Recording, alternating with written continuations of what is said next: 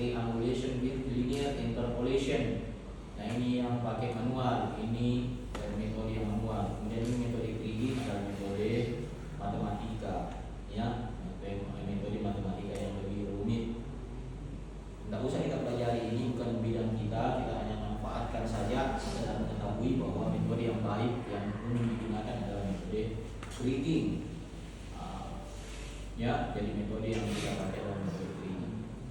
Lalu kemudian untuk memasukkan data-datanya, di sini ada browse, maka kita klik browse, ya, dan cari data-data tersebut. Ya, cari data tadi.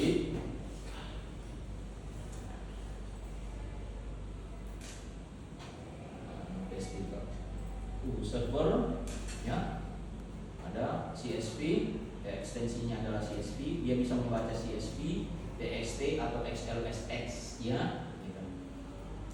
Oke, kita open, set. Nah, kita baca, lalu kemudian kita sesuaikan sumbu X-nya apa di kolom mana, sumbu Y-nya kolom mana, dan sumbu Z-nya kolom mana. Untuk melihat datanya, kita bisa klik view data. Kalau kita nggak yakin, oh iya ini sumbu X, ini sumbu Y, ini sumbu Z. Sumbu X ada di A, sumbu Y ada di B, dan sumbu Z ada di C. Berarti sumbu X ada di kolom A, sumbu Y ada di kolom B, dan sumbu Z ada di kolom C. Oh sudah tepat. Oke, itu yang kita atur di halaman ini. Oke, sudah. Kalau sudah diatur, kalian ikuti. Sudah diatur.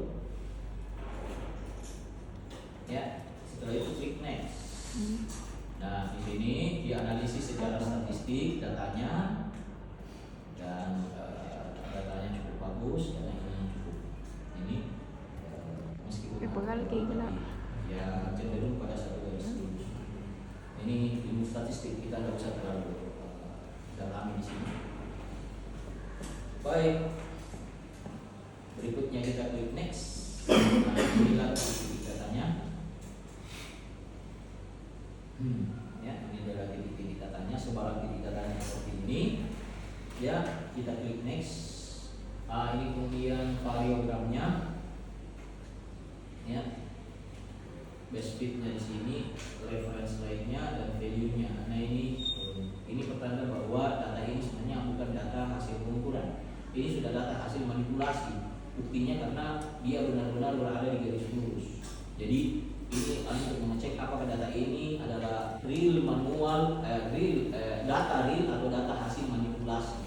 Karena kalau hasil manipulasi itu datanya seperti ini, dia pas sekali. Kalau data realnya sebenarnya ya dia titik-titiknya berdasarkan garis ini. Tapi kalau terlalu tersebar, maka data itu sebenarnya tidak layak untuk diolah.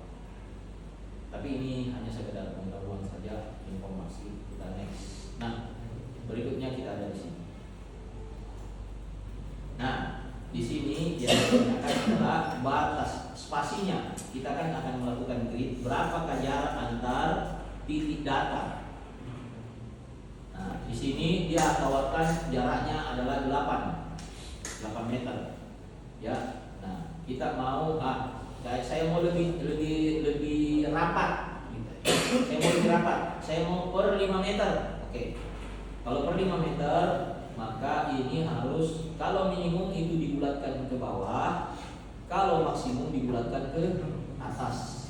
Jadi kalau di sini spasinya kita mau ambil 5, maka ini harus berkelipatan 5. Ya. Nah, misalnya kalau ini 60 kita bulatkan ke bawah, berarti dia di angka 5, ya kan? Kan 5 kelipatan 5 toh. Nah, ini harus di 5. Lalu ini kita ganti 5. Nah, pas kan, tidak ada koma-komanya. Nah, sama dengan ini 20 kita ganti menjadi 15, lalu 90 kita ganti 95. Ini kita naikkan, ini kita turunkan. Kenapa harus dinaikkan? Kalau maksimum dan minimum kita harus turunkan supaya titik datanya itu tidak ada yang terlewat. Bisa dipaham? Tidak ada yang terlewat, tidak ada yang dibuang. Lalu kemudian kita klik 5 dan ini pas. Oke, masih dilihat ya, pas.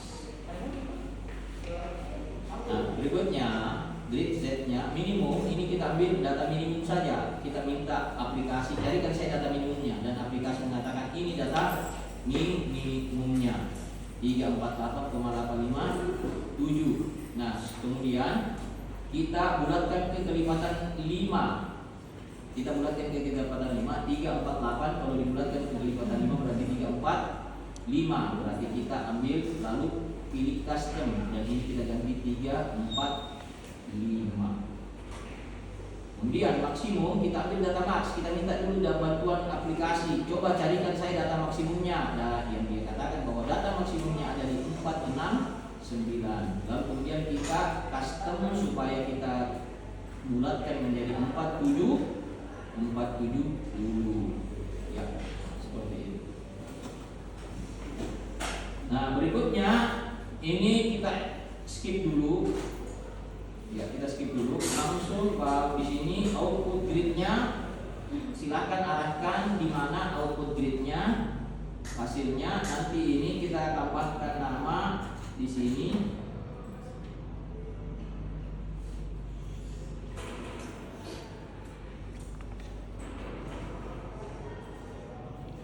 Tambahkan nama di sini. PSDKU server, dia beri nama sesuai dengan nama file datanya tadi. Tapi kita tambahkan di sini no boundary. No boundary. Artinya no boundary apa artinya? Tanpa batas. Tanpa batas. Ya, sudah. Nah, kalau sudah ini diatur 5 genap, sudah spasinya 5, jadi nanti titik-titiknya jaraknya 5555. Kemudian untuk Z-nya juga kita ambil 345 dan 470, ini adalah kelipatan 5 juga. Baik, tapi ini Z tidak mesti harus kelipatan 5, bisa jadi kelipatan 3, bisa jadi kelipatan 2, kelipatan 1, bisa. Oke, baik, kita klik finish, maka server melakukan analisis, dia analisis datanya, dia baca, kemudian dia analisis yang menggunakan metode statistik, ya, dan menggunakan metode grading tadi. Kita tunggu sampai server menyelesaikan. Nah, server kemudian akhirnya mengeluarkan informasi bahwa has been created.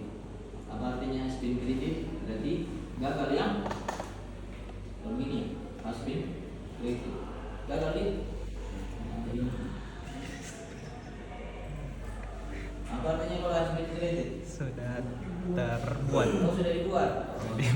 Ya, udah bahasa Inggris. Nah, save change. Apakah di save ini laporannya? Nggak usah. Kita mau saja. Oke. Maka tergambar konturnya. Tergambar konturnya. Tapi sama bisa. Dapat hal yang sama? Nggak boleh, kan saya punya dan kamu punya. Nanti kamu tanya bahwa nggak bekerja.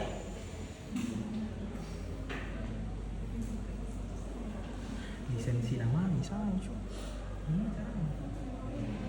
Lisensi nama. Serius.